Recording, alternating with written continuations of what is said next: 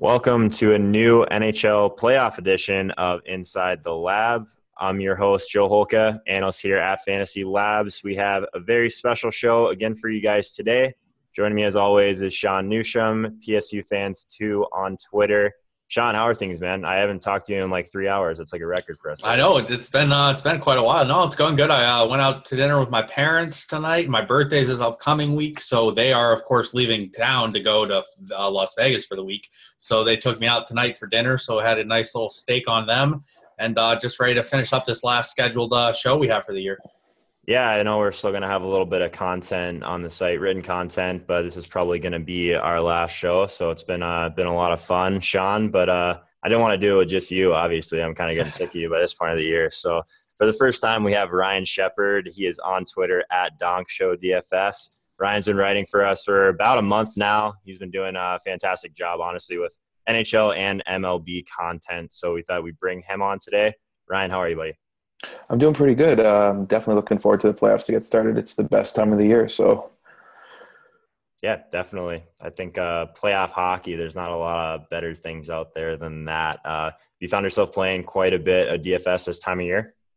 Oh, yeah. It's I find there's a pretty good edge with NHL playoffs because you definitely have to start to dive into the second and third lines because, all the different matchups are a lot tougher. So it's definitely a good time. Awesome. Well, tell the listeners a little bit about yourself too. Like, are you more of a cash game player? Do you kind of play more tournaments? Do you play multiple sports? Tell us a little bit more about yourself. I kind of am interested as well.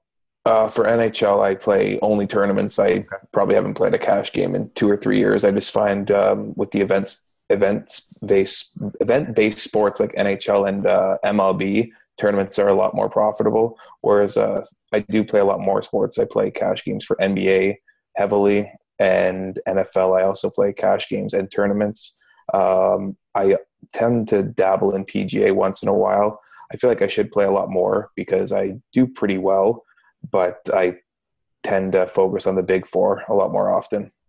Yeah, that's awesome. I think that there's kind of a lot of parallels. I'm just starting baseball myself, and I've really enjoyed it, I guess, because how similar it is to hockey, in my opinion. So it's interesting you say you just play tournaments. I think there's definitely a lot of value in that if you've had a little bit of success. But as always, we're just going to bring you guys through kind of our process. We're going to show you guys the great Fantasy Labs NHL tools that we have in the background, but just kind of let our conversation happen organically. If you guys haven't checked out the Eastern Conference show, that should be up on the site. But tonight we're going to talk about the Western Conference matchups. So we have Chicago and Nashville. We have Minnesota and St. Louis, Anaheim and Calgary, and then Edmonton at San Jose. So, Sean, I'll bring it back over to you. Is there anything that kind of stands out as far as the Western Conference? Anything you think that's going to be a little bit more lopsided than the East, since the West is kind of not quite as strong, you could say?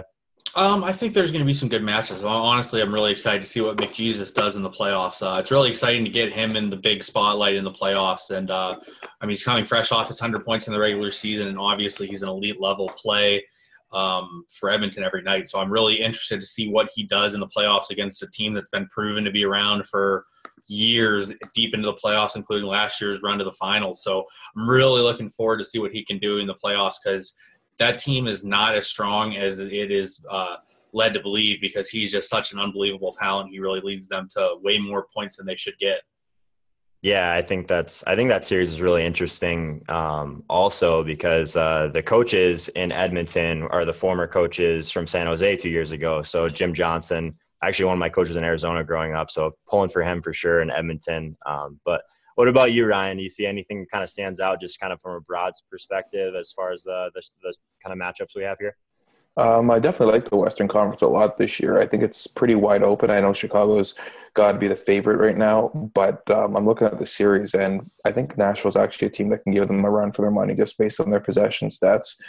Like Sean was saying, I'm very interested to see how McDavid does in the playoffs. He's probably the most exciting player to watch right now, and looking forward to see what he does this year. Yeah, good stuff. I mean, I think we could probably start with the Chicago and Nashville series. I think it's an interesting one because Nashville kind of limps into playoffs. I mean, there was a couple teams, Tampa Bay, Dallas, that are pretty close to getting that last spot. But even Chicago, like they're they're a team that gave up way too many shots this year, way too much possession. They were losing to bad teams. I know there was a couple nights that we went heavy on them, Sean, and I think they're playing Vancouver, Arizona, and they just like ended up coming back in the third period and kind of making it work. But it was pretty scary for about half the game or more. So it's a pretty interesting team. Sean, what are your thoughts on Chicago? Yeah, I mean, Chicago is a really good team. They got a couple of really strong lines, and they also generally give up quite a few shots. So it's a good spot where you can play a guy like Corey Crawford in net because of the shot totals he gives up. And also some of their top lines are really strong. But just on the flip side of that, Nashville's a really good possession team. They got some really talented skaters on their team. I kind of get annoyed every year in the playoffs. It always seems like Nashville gets very difficult matchups, whether it be Chicago or LA, every year in the playoffs, and they never make it out of the first or second round, which is a shame because I really think this Nashville team has been very strong for a number of years. And that top line with Ryan Johansson, Phil Forsberg, and Arvidsson is very strong. And then the defense is extremely a strong core too. It might be one of the best in the league with Roman Josi, PK Subban, Matthias Ekholm, and Ryan Ellis. So you have just a lot of talent surrounding the top 6 and top 4 defensemen for Nashville right now. Yeah, see, I'm kind of interested in the other side of it. I want to see how these young guys are going to play for Chicago, like the Ryan Hartmans. I want to see Schmaltz. I want to see Carroll. Like, I want to see what those guys – see what they can contribute to all these guys that have been there before in Chicago. Which side of that kind of do you fall on, Ryan? You looking forward to seeing some of these young guys, or do you think that Nashville's really got a chance, like you said before? Well, I've actually had a soft spot for Nashville for about 10, 12 years now. I'm a Leaf fan, and I was always a big Steve Sullivan fan. So when he went to Nashville, I kind of followed them a lot on the Western side. And so ever since then, I've kind of, had a soft spot for them. But I'm definitely looking forward to them in the playoffs this year. And like Sean was saying, they definitely seem to have one of the toughest first round matchups, and they can never seem to get over the hump of the first or second round.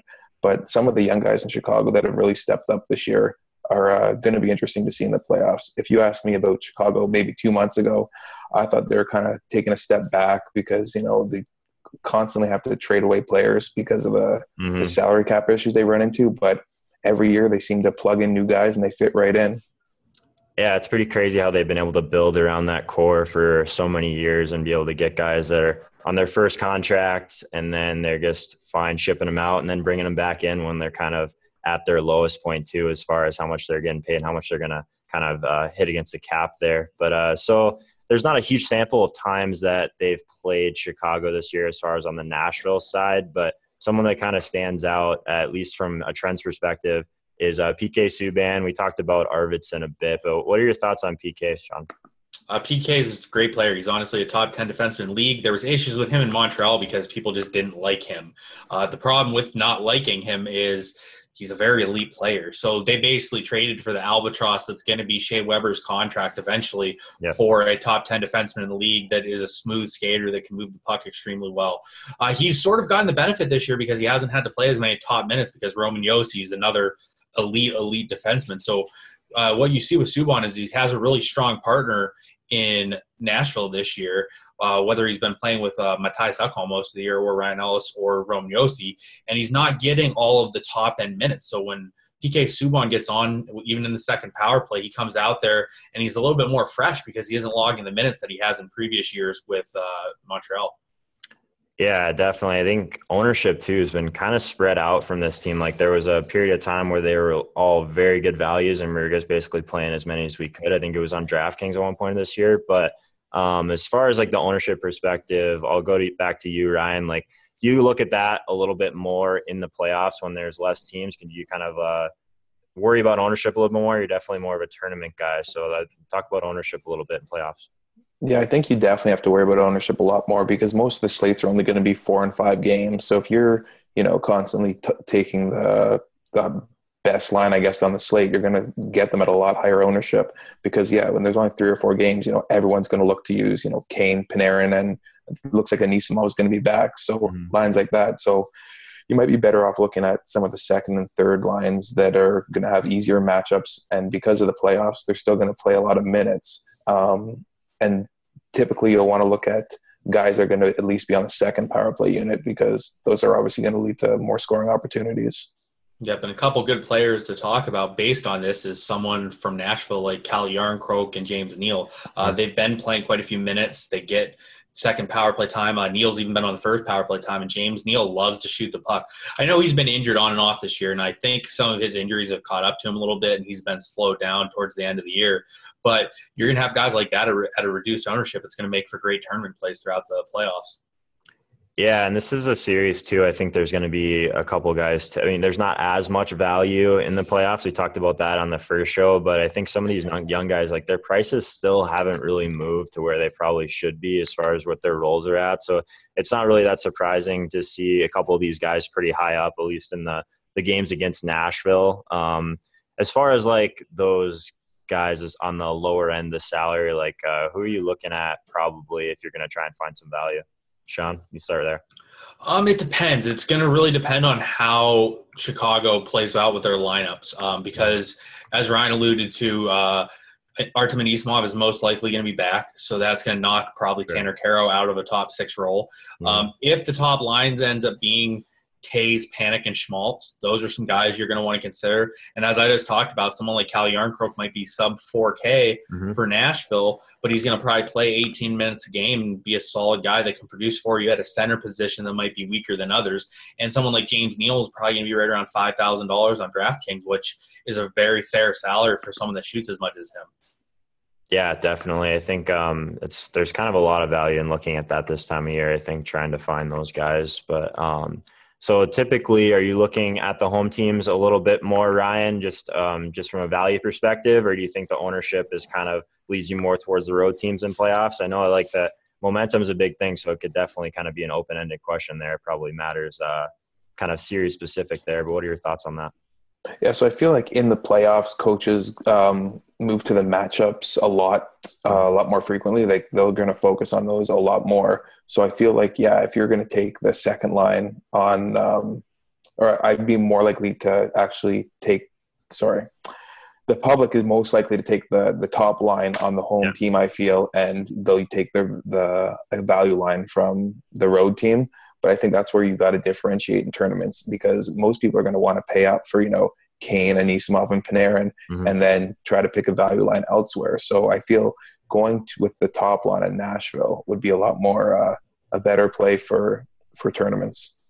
Yeah, that makes a lot of sense. Let's switch over, unless you guys have any final thoughts on the series. You guys ready to move on? Yeah, I think we covered that pretty well. Okay. Yeah. All right. Well, let's go over – I want to talk a little bit about Mikael Granlund in Minnesota since that's one of the scouting reports that you did, Ryan. Was there anything kind of that stood out as far as Granlund, maybe something that was a little bit different than you normally see on the transfer? One thing I definitely noticed is just how insane of a year he had and how big of a jump how big of a step he really took this year. And I'm not sure exactly what stood out for him to have such a huge leap this season. I mean, he was kind of just floundering around, as a 45, 50-point guy. And then this year when he was he just exploded. And it was kind of baffling to me. Yeah, Minnesota in general. What are your thoughts on that, Sean? Because they were just terrible in March. Do you think that they're the team that everyone's picking to kind of get upset by St. Louis here? Or do you think they're going to be able to turn it around since Boudreau has been so good in playoffs, right? Yeah, hockey's so much different than other sports. In other main sports, you'll see the top seeds generally really run through the playoffs. Hockey, what you see a lot of the time is you see a team get really hot for about a month and a half in the end or the middle of April through the rest of the playoffs. So what happens is in NBA, you're going to see a team like Golden State and the Cavaliers play in the finals almost every time because they're so much better than the other teams, even when they're down. What happens in hockey is if a team goes on a cold streak or another team goes on a hot streak or a goalie catches hot, the seedings don't really matter. You see a lot of 8-seed runs in the finals. You see a lot of upsets in the early rounds of the 1-seed getting knocked off.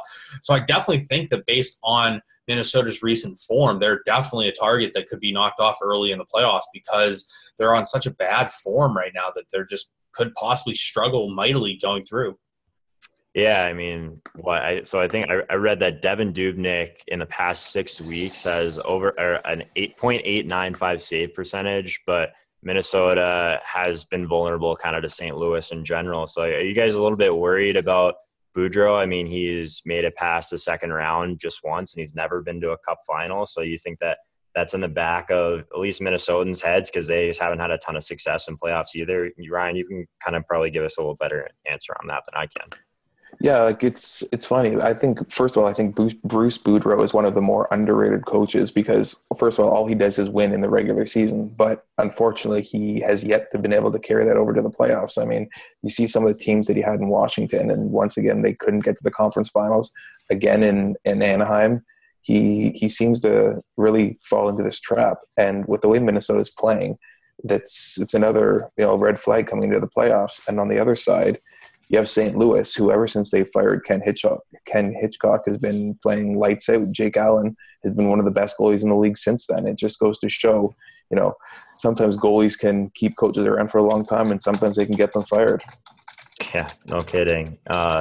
So, Sean, as far as like the top end guys in Minnesota, there's really not a ton of them. It's like basically a lot of guys kind of in that mid range. Would you rather go after kind of value on a team like that, or would you still kind of want to attack a guy like Zach Parise, who maybe his splits against this particular team haven't been fantastic? But I'm curious your thoughts on kind of where you're going to attack this team. Honestly, the Minnesota team is generally a really difficult team to attack because they're really spread out with what they do. And they're generally, I find them to be quite overpriced, honestly. Mm-hmm. I don't think that most of their players, like, for example, there was a while in the season where Granlund was the second or third highest price winger on a slate, which I just don't think he's that kind of level player. As you can see over the last month, he has really struggled along with the rest of the team, and his price has gone down drastically since, let's say, mid-February. Yeah. So I think what happens is you see these guys start coming back to the crowd a little bit, but they're mostly overpriced for the most part because of the hot run they had in the middle of their season. At least most of the players on their team, from what I've seen, are slightly overpriced. So I would rather get guys like if Niederreiter or Charlie Coyle or someone is in a good spot for that night, and maybe they're playing top power play, top line for that night, and you might see 20 minutes. Or let's say Matt Dumba's up on the top power play unit for a given night. I might rather get some value in that spot than pay $6,800 for Zach Parise or $6,500 for Mikael Granlund. Mm-hmm. Brian, who do you like on St. Louis? St. Louis, I actually kind of like Barbashev centering Tarasenko and Schwartz at this point. Mm-hmm. I mean, they've used Yori Laterra for so long on that line, and he's good for, you're lucky if he gets one assist. That's what you're praying for when you stack that line. So having another option down there who's definitely going to be cheap is going to make that line a lot more stackable. And I just want to touch on Minnesota real quick. They're actually the kind of team that I am more likely to use, a second or third line because they have relatively balanced scoring. I don't feel there's much of outside of, Granlund and Koivu have been incredible, but I feel like it's a lot more valuable to kind of pay down for their second or third line because of the balance that's there. Yeah, that's a really good point. I mean, a lot of people, we talked about Washington earlier today, paying up for that first line as it makes a lot of sense, but on a team where things are a little bit more spread out like Minnesota, I think that makes a lot of sense kind of to go down to like maybe that second tier and try and get a little bit of an ownership discount. So you guys want to move on now to Anaheim and Calgary? Just one last thing to note with that series is a big signing that's probably going under the radar a little bit is St. Louis just got Vladimir Sobotka back. Mm-hmm. He's spent the last couple of years with Avant-Garde in the KHL, and he's a solid player that's probably going to slip into their top two lines. I know they said the other day he was practicing on the first power play unit. So there's a possibility you're going to find someone like Sobotka, who is a veteran, who maybe hasn't played the highest level competition in the last couple of years, but he's a really good talent who, let's see, the last time he was in the NHL, he had about 30 points for St. Louis. That was a lot younger in his career. He's now right in the prime of his career, towards tail end of his prime. In the last 3 years he's spent with Avant-Garde, he's been close to a point-per-game player over there, and he's not had the grind of the NHL season. The NHL season is 82 games plus playoffs. You're looking at players playing like 90, 100 games. He's been playing 40 to 50, but granted the competition isn't as strong, but it's still very solid over in the KHL. So you have someone like Sobotka coming in who maybe doesn't have the wear and tear of some of these other guys that's a little bit more fresh, and he could fill into a top 6 role and a top power play line guy who you might be able to get because no people really know who he is because he didn't play with them for a decent portion of the year. Yeah, you're going to get that ownership discount. And then hopefully, like, I mean, he played in probably the second best league in the world, a lot of people kind of would say. So I think that that could be a good opportunity in tournaments for sure. So if we move over kind of to that Anaheim and Calgary series, I think the big thing that we probably need to talk about is the Cam Fowler injury. Do you think that's going to affect a guy like Silfverberg? Sean, we can start there. It's definitely going to affect quite a few people. Cam Fowler's been great for them all year. So you take out Cam Fowler, you're bumping someone else up. They have a lot of young defensemen, though. Their defensive core is really, really strong and really young. So they called up someone like Shea Theodore. I think he scored the game winner one of the last games of the regular season. So what it's going to do is you're going to see more minutes for someone like Sami Vatanen. Kevin BX is going to see more minutes. Hampus Lindholm is going to see more minutes, along with more power play minutes. It definitely is going to be an effect because when you take away your top – arguably, I would say Cam Fowler was their most valuable player the entire year, and you're taking him off the team for right now. It's going to be a massive effect onto Anaheim going into the playoffs.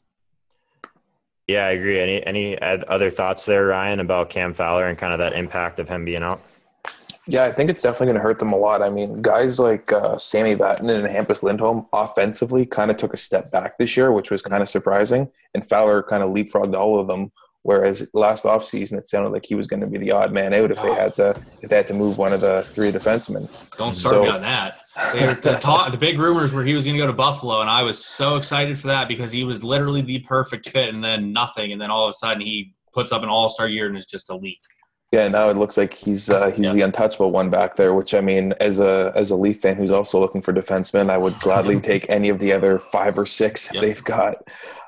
So guys like, Shea Theodore, Josh Manson, Brandon Montour, they're going to all be asked to step up in a big way, which, with Cam Fowler being out, I think that's also going to help Calgary a lot because they're losing a defenseman that eats up so many minutes like that. And Calgary does have 2 lines that are pretty big threats offensively. And so I think that's going to make this series a lot closer than maybe it would have been. Yeah, so is there anyone else that you guys really like on Anaheim then, even considering Fowler being out, outside of a guy like Shea Theodore? Like, what do you think it's going to do to the forwards, and are you still kind of attacking those same guys we did during the regular season? I think you're going to attack a lot of the same guys. One guy I've really liked, and I just wish he got more playing time and wish he filled into a better role, is I like Andre Cachet a lot. Mm-hmm. Every time I've watched him, I've been really impressed with what he does out there. But as far as the guys you're going to play, like a guy like Ryan Getzlaf just doesn't shoot enough a lot of the time. And you're going to pay $6,500 for him. It just doesn't make sense from a peripheral standpoint. So I'd much rather attack the Ryan Kessler, Jakob Silfverberg, Andrew Cogliano line. But it's definitely a spot where if I can get someone like Andre Cachet or someone else steps up into a upper tier role. Like if Shea Theodore is going to play 22 minutes a night with top power play, definitely someone I like because of what he provides to their offensive attack. Yeah, I remember looking into him when he got called up, and he is one of the guys that is consistently like leading his team in shots every night. So I think that if he gets some power play time in the spot of where Fowler was, I think Theodore is a really good call there. So if we kind of look over at the Flames, like Johnny Gaudreau is someone I looked at in scouting reports earlier this year. And, I mean, after he signed that big deal, he just really struggled to start the season. So Ryan, have you seen like kind of a big jump from that line in general lately? And they've been seeing some lower ownership too. So I assume you've been playing them in tournaments probably quite a bit. Oh, yeah, definitely. I mean, like you said, he really came out very sluggish to start the season and is pretty worrisome. But in the second half, it really feels like he's taken this game to another level. And with everybody, paying attention to the 3M line with Michael Frolik, Michael Backlund, and Matthew Tkachuk, it's definitely driven the ownership on the Gaudreau line down significantly. And with their prices being honestly relatively similar, it's definitely been much more beneficial in tournaments to be using that line. And I think, once again, it's going to be you might see similar ownership in the playoffs to start because of the name of Gaudreau and Monahan, but I think that they have more upside for this.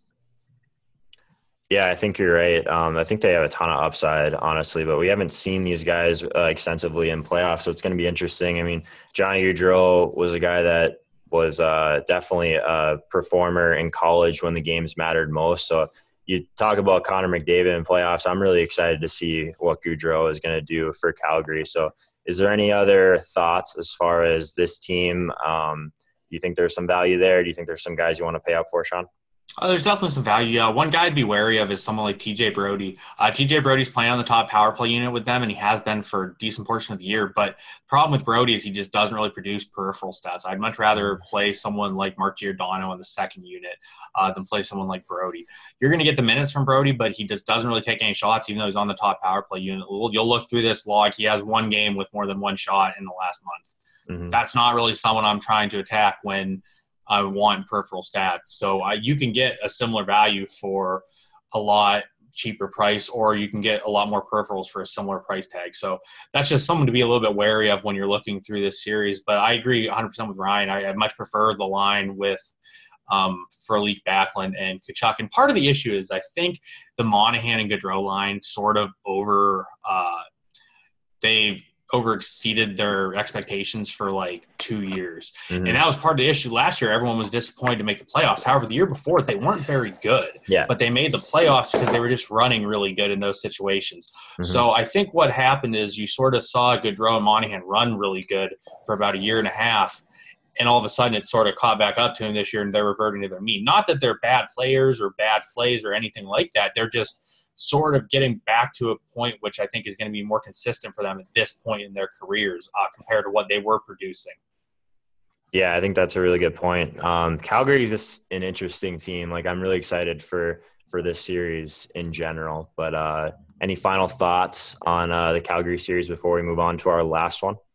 I think the only thing I was going to say was one thing that also keeps the Tkachuk Backlund line a bit higher ownership is because of who they play with on the power play with Giordano and Dougie Hamilton. Mm-hmm. Because in tournaments, you know, the most common stack is going to be a 4-3-1, which is 3 forwards and a defenseman from one team, 3 forwards from another team, and then a one-off defenseman.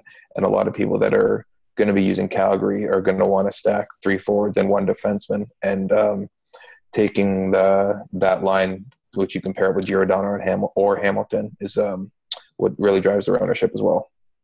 Yeah, talk a little bit more about stacking in tournaments. Like, it's something Sean and I have touched on quite a bit. So what's kind of your general philosophy as far as like trying to find correlation versus like trying to find the best values and the best guys you know are going to give you those peripherals? Yeah, so for me, I mean, I pretty much live and die by the 4-3-1 stack. I feel like it has the most upside by far. Just because there's so much correlation with line mates and with the defensemen on the power plays. So I'm definitely a very big proponent for that. And stacking the 3 guys, I will always want to use a defenseman from that top power play unit. And there's a lot of times where you have that third guy, for example, Monahan, Gaudreau, and then Michael Furland. Some people might choose to leave Furland off the stack and maybe just do the 2 guys with the defenseman. Me personally, if I don't like that third guy, I won't use that line. I just feel like there's so much more upside having the full line stack that I will either begrudgingly include him or I just won't use that line that night.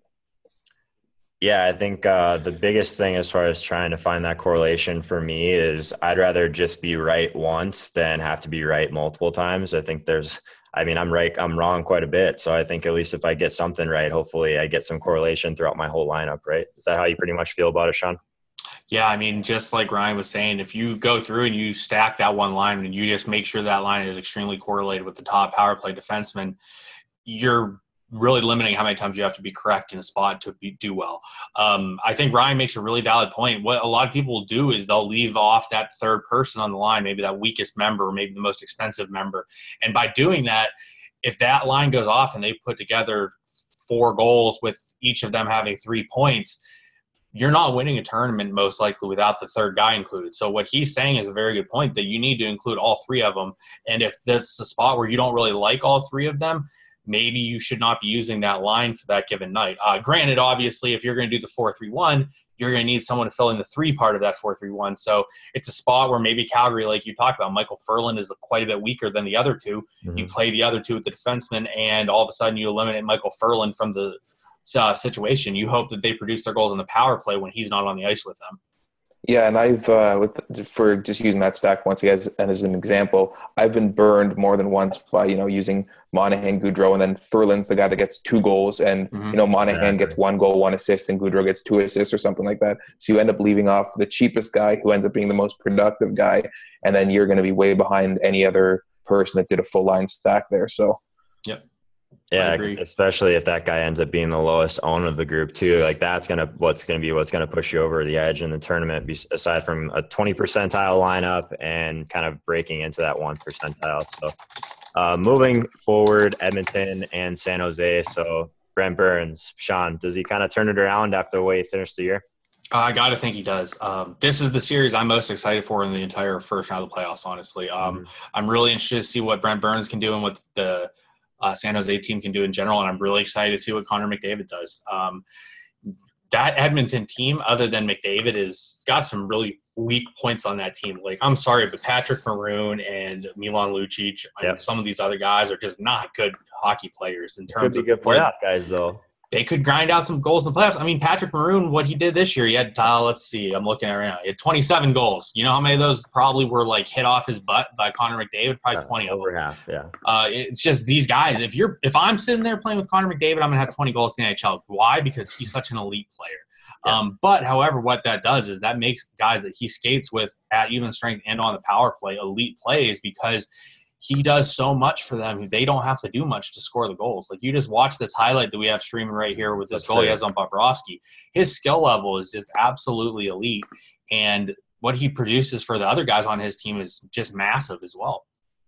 Yeah, I agree. I mean, just finding like the correlations with McDavid is like a way to get exposure to him too, like a little bit in a cheaper way. I think that at least in cash games, it's something you should consider. I mean, McDavid was the only guy to hit 100 points this year. He was, 10, 11 points ahead of Crosby, Kane by the end of the season? What did that end up as around there? I think it was about 12. I'm really interested to see how they give the MVP out because I do think McDavid deserves it. I'm interested to hear what Ryan has to say, but I think McDavid deserves the MVP more than Crosby because he's much more valuable to this Edmonton team. Now, that's not saying Crosby isn't a massive importance to Pittsburgh because he is as well, but this Edmonton team's been floundering for years, and all of a sudden he just led them with 100 points to the playoffs and the 2 seed in their division, skating with guys like Patrick Maroon and Milan Lucic all year.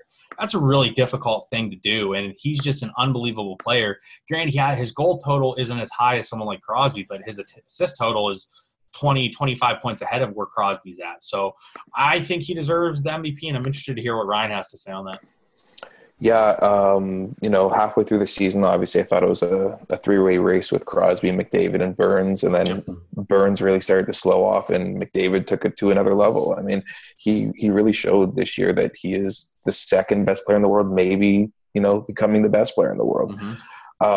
We saw what Edmonton was like last year when McDavid got hurt, and I feel like they would have been the exact same this year if he wasn't around. They would not be a playoff team without McDavid, and he absolutely carries that team. You just look at it, obviously Leon Draisaitl's incredible as well, but Connor McDavid had 49 more points than the third highest point scorer on their team. That's such a I know this is going to sound silly, but that's almost like the difference that Gretzky was having on some of his teams at a much smaller scale. But he produces no matter who he's with, and he can do it all by himself if he needs to. So I think just showing that obviously Draisaitl had 77 points, but with nobody else even close, it just shows that it's not like they were even feeding that much off of him. He was doing so much of it with such a large group of people that it's just incredible to watch. Like, something to note with that is Edmonton arguably got worse. They essentially moved out Taylor Hall for Milan Lucic, where Hall is a far superior player. Granted, some people will say he's not, but he really is. Now, granted, obviously, as Ryan alluded to, what Leon Draisaitl has done in his improvement has been great. So maybe they didn't get worse, but all things considered, this Edmonton team isn't a massive amount different from the team last year that got 70 points. This team got well over 100. Basically because McDavid didn't miss any time compared to when he missed last year with his collarbone. So it's just a really impressive feat with what he's done with this team because they didn't add 40 points of improvement to this team from last year other than him being healthy the entire year. So it's a really impressive feat with what he's done.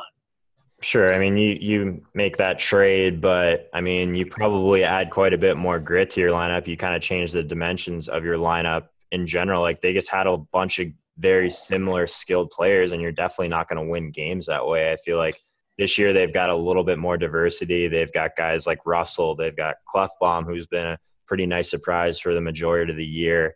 I think that they've got some better pieces this year to actually make noise and win games. Obviously, they made the playoffs for the first time in quite a while, but guys like Patrick Maroon, like, I mean, I know he's not the funnest guy to watch from a skill perspective, but like, I think he's a guy in playoffs that could be really valuable for DFS owners. So what do you think? Any other thoughts kind of on Edmonton before we kind of switch over to San Jose? Yeah. Oh, God. Sorry. I was going to say, I'm looking at the depth lines on Edmonton, and they're ugly. I mean, they've really stacked their top six, and they're going to ride or die with them. I mean, the second line with Lucic, Nugent Hopkins, and Everly has been playing a little bit better lately. They've finally, pulled their weight. But, if McDavid doesn't do what he did in the regular season, I think Edmonton's going to have a really tough time, even up against the banged-up San Jose team. Yep. And someone else to look at is Chris Russell. Chris Russell is not the best player of all time, but Chris Russell blocks a lot of shots. What does someone like Brent Burns do? He takes a lot of shots. So if you can find the guy that's going to be on the ice maybe when Brent Burns is on the ice, like, look at that. You got a 9-block shot game, and look what team that happens to be against there, Joe. Yeah, I wonder how many of those were Burns' shots. So someone like that, you're going to be able to find Chris Russell for sub $4,000, and he could come out there and block you 8 shots. If he blocks 8 shots, I don't care what else he does. He's hitting value more than often than not, and he literally just blocks shots. Yep, and he does not much else. So, like, you can go out there. If you block 8 shots, I don't care what you do the rest of the game. You cannot score a point, you cannot take a shot, whatever. You could not log him in at power play time. If you block me 8 shots for $3,500, you're in. I'm good. So he's definitely someone that I would definitely take a look at as the playoffs go as well. Yeah, so we were talking about Burns. We've talked about him quite a bit, obviously. But Ryan, I'm curious your take. Like, starting to watch him towards the end of the year, he's literally getting out of the way of pucks. Do you think that's just him trying to save himself for the playoffs? Yeah, I think so. I mean, it with how much he slowed down in the last 25 games. I think I read that he only had 1 or 2 goals in his last 22 games. When it looked like he was on pace for 35, almost 38 goals. I definitely think once they kind of realized where they were going to finish, that he may have taken it back just a bit, because with the disappointment that they had last year, they definitely want to go into the playoffs as healthy as possible, which they are not. Yeah, definitely. I mean, you look back kind of at these game logs, and he definitely wasn't hitting his salary that we kind of came accustomed to as far as his peripherals and whatnot. So is there, from the San Jose side, what kind of interests you, Sean, as far as storylines, kind of DFS plays? What's that?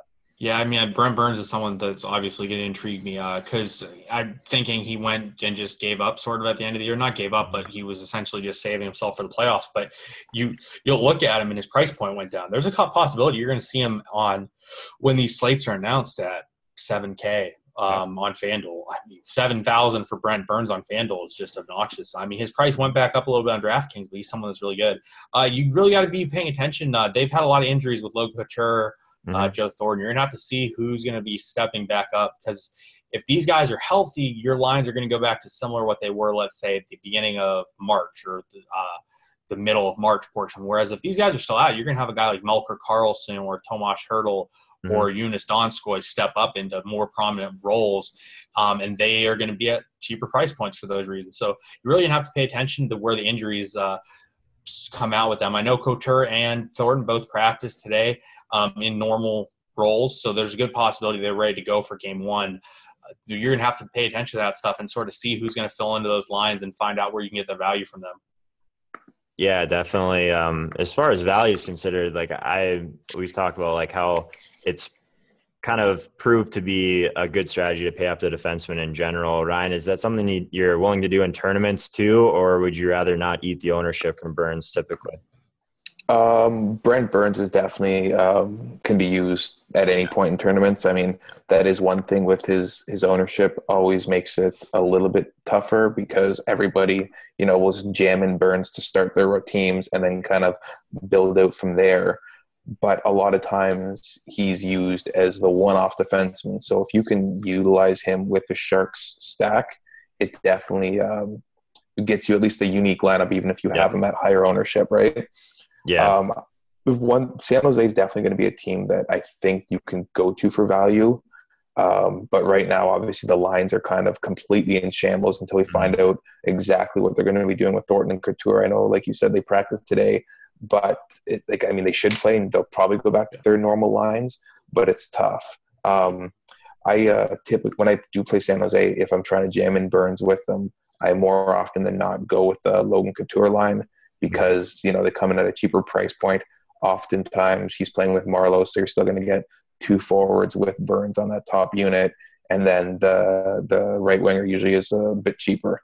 Yeah. Something else to sort of note with that is I think what you're going to find out is that their third line is going to be Hurdle, Bodker, and Jannik Hansen. I think that's what they're going to end up settling with their third line, with Melker Karlsson on the third or on the first line.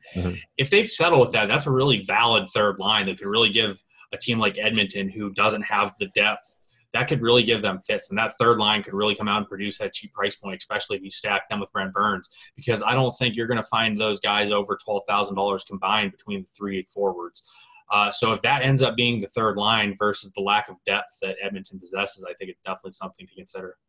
Yeah, Ward, he's had some pretty good playoff performances in general, too. One thing I wanted to kind of circle back to just quickly that Ryan said is, so yeah, it's fine to kind of eat that ownership with a guy like Burns as long as you can be contrarian elsewhere. But I think the point he made that's really important is just trying to find the unique lineup construction more than anything is kind of where you can gain that diversity. Like, being contrarian doesn't mean just playing all the lowest owned guys on a slate. Like, you can still play the value that makes sense and just find kind of your diversification in other ways. Is that kind of what you meant by that, Ryan? Yeah, that's exactly what I meant. And another thing that with stacking some of the more expensive lines is it naturally directs you into very similar, cheaper lines. Yeah. So, if you're stacking, the top line in San Jose with Burns, or, the Backstrom Ovechkin line, or, the McDavid line's getting expensive as well, you're naturally going to kind of go into, well, not so much in the playoffs, but Carolina always has top value lines. Like when you're stacking some of these more expensive elite lines, everyone kind of gets pigeonholed into the same second and third lines. So it as much as you think, you're getting some of these top lines, you end up with very similar lineups to others. And then you have to be perfect with like your goaltender or your defenseman to really move up the leaderboards, even if both your lines do go off. Definitely. Would you agree with that, Sean? Yeah, I think that's a very valid way to put it. When you end up playing guys like that, you force yourself into the same lineup construction. So the key is to make sure that your lineup construction is different. People always talk about going contrarian and whatnot. You don't even have to go contrarian a lot of the time. You just have to know how people are going to build their lineups and where their lineup construction is going to be, and make sure your lineup construction is different. You don't have to necessarily ever be contrarian. You just need to make sure that your construction is different than how other people are doing. Because if 25% of the people have their construction very same, as Ryan said, you're going to pigeonhole yourself into the same exact groupings of people. So your objective in that situation is to avoid those groupings of people. So you might not be contrarian with the other plays. You might still end up on certain chalk guys in that situation, but you're on a different construction level than everyone else, which puts your lineup contrarian, even though you're not necessarily going contrarian with any of your plays. Yeah, Sean and I talk quite a bit throughout the week as far as like talking about slates and stuff. And every now and then I'll be like, man, like lineups are tough this slate. Like, it's where you find your value, blah, blah, blah. But he's like, yeah, it's tough, but like this is going to be great because it's probably tough for everyone. Like, everyone's trying to make those exact decisions right now. And I think sometimes there's a lot of value in playing kind of those tough situations. So any final thoughts on this series, guys? No, I'm really looking forward to this series. I think this series has some of the better storylines and better players that I'm interested in seeing what they do. So this series really interests me, and it's probably the highest level on either side for me. Yeah, I think, and there's got some very strong goaltending in this series as well, which I wouldn't be surprised if one of them kind of stole the show. Yep, I'd agree with that. Yeah, the last thing I was going to talk about was goaltender. Martin Jones is a guy that he can correlate fine in a stack, but it's just that San Jose just doesn't give up a ton of shots is basically what I found when I looked at this. In comparison to Sean's team, the Buffalo Sabres, like we loved playing their goaltender pretty much all year just because he just Sabres had that floor of you knew Buffalo was going to give up at least 30 shots. So that was something we don't have with San Jose, so that's something to definitely keep in mind. So yeah, so Edmonton has two ways to win that series. First, Connor McDavid's the best player in the world by a mile. Second is Cam Talbot steals some games. Yeah. Both of those possibilities are very high. Talbot's very strong all year, and McDavid's, as Blake Ryan says, either the second best or best player in the world right now. So both of those scenarios are possibilities, but both of those outcomes are going to be fun to watch if they happen. Yeah, definitely. Ryan, last thoughts. This is your chance. Take the floor. I don't know what it is, but I think San Jose really started to show their age this year. A lot of their players took not a significant step back, but a big enough step back for me to be concerned. And I know they're not quite as young as you might think, as their Edmonton, that is. But I don't think their playoff inexperience is really going to affect them too much. I think their pace of play is really going to help, and I think McDavid's going to be just taking the next step to start him. Yeah, I think that's going to be great to watch, just playoff hockey. I'm really excited for it to get started. I think we're going to end the show there, though, guys. Want to thank everyone for listening throughout the NHL season. Want to thank Sean for doing this show with me. It was a lot of fun. Ryan, thanks for coming on today. It was great having you on. I get really tired of just talking to Sean all the time. So it was great. If there's anything you guys would like to see differently next year as far as the show, be sure and talk to us on Twitter at FantasyLabs NHL, or you can always talk to Sean or I. You can find me on Twitter at Joe Holka. Sean is at PSUFans2. And then be sure and give Ryan a follow also. He's at DonkShowDFS. And everyone, thanks for listening. Good luck and have fun playing some DFS hockey and watching playoff hockey. And we'll talk to you guys again next year.